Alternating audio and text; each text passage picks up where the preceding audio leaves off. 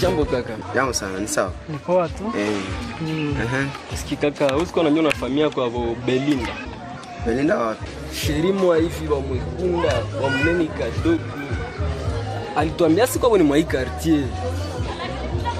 Haumfamie. Nisha mfamia. Watufikize asi.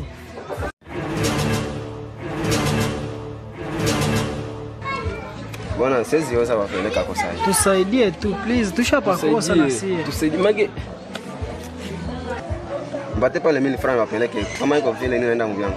Gra kutonesha tu fasi mpaka makuta. Bwana, basi ina mimi sindachelewa. Nipate 1000 francs sasa ina wapeleka hapo. Sasa hii. Kama mpeni nini naenda?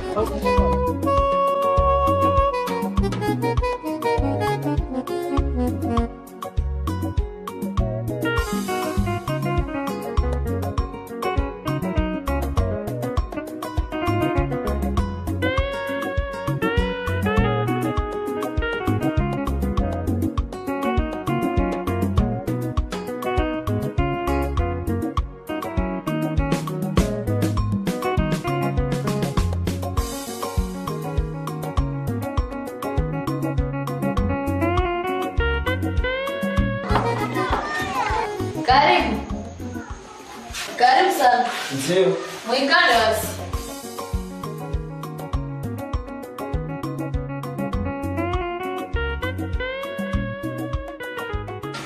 Mara unafika hapa? Je sais que hii itakuwa njia ya kwanza ama ya mwisho.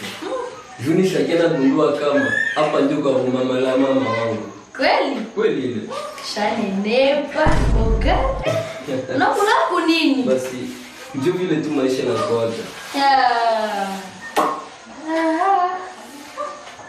Basi. Unakula nini? Ni maisha tu. Njoo huko baba.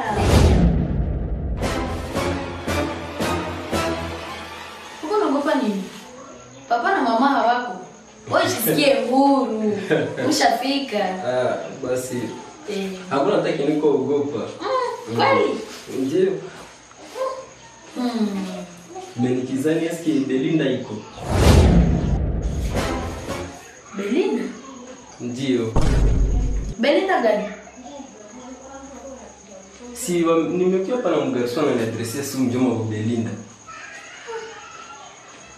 Amekudanganya. Sifamia hata ule Belinda. Mbona uko garso mwenye ametuleta hapa? Atu adresi si mjoma wa Belinda.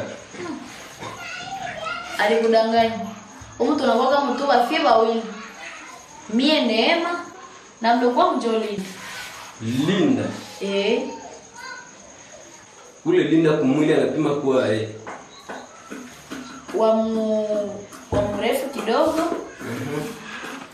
Mwembamba. Mweusi. Bro. Haiko hapa. Hakuna cha kufanya. Ni kwenda tu.